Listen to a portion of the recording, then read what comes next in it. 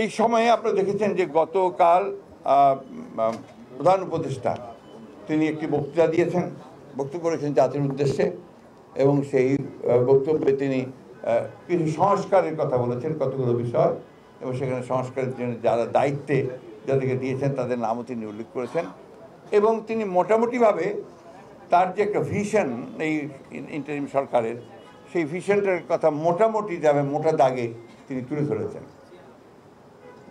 এখানে আমি মনে করি যে আমরা সংস্কারের কথা সবাই বলেছি, সংস্কার প্রয়োজন সেটা আমরা বলেছি, কারণ গণতন্ত্রকে একেবারে ধ্বংস করে ফেলেছিল, এবং সেই ক্ষেত্রে অতি দ্রুত যেন এই সংস্কারের কাজগুলো শেষ করা হয়। করে মূল যে বিষয়টা রয়েছে এই গণতন্ত্রের জন্যে, যে জনগণের প্রতিনিধিদের শাসন, তাদের পরিচালনা, তাদের শাসন, জনগণের নির্বাচিত পার্লামেন্ট দিয়ে দেশ চলবে, সেই বিষয়টা যেন আপনার অবশ্যই দ্রুততার সঙ্গে আপনার সমাপ্ত হয়, সেটাই আমাদের প্রত্যাশা থাকবে। আমরা এই ইন্টারিম গভর্নমেন্টের সাফল্য কামনা করি, কারণ এই ইন্টারিম গভর্নমেন্ট আন্দোলনের মধ্যে দিয়ে এসছে। আমরা আশা করব যে তারা জনগণের আশা আকাঙ্ক্ষার প্রতিফলন তারা ঘটাবে।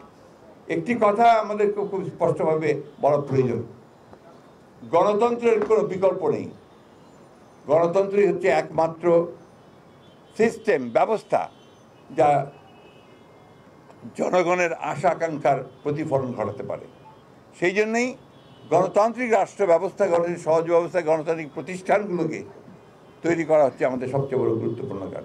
কিন্তু সেই কাজটাও জনগ্রহণের অংশীদারত্ব থাকতে হবে। জনগণ কি চায়, জনগণ কীভাবে জিনিসটা দেখতে চায়, সেই বিষয়টা থাকতে হবে।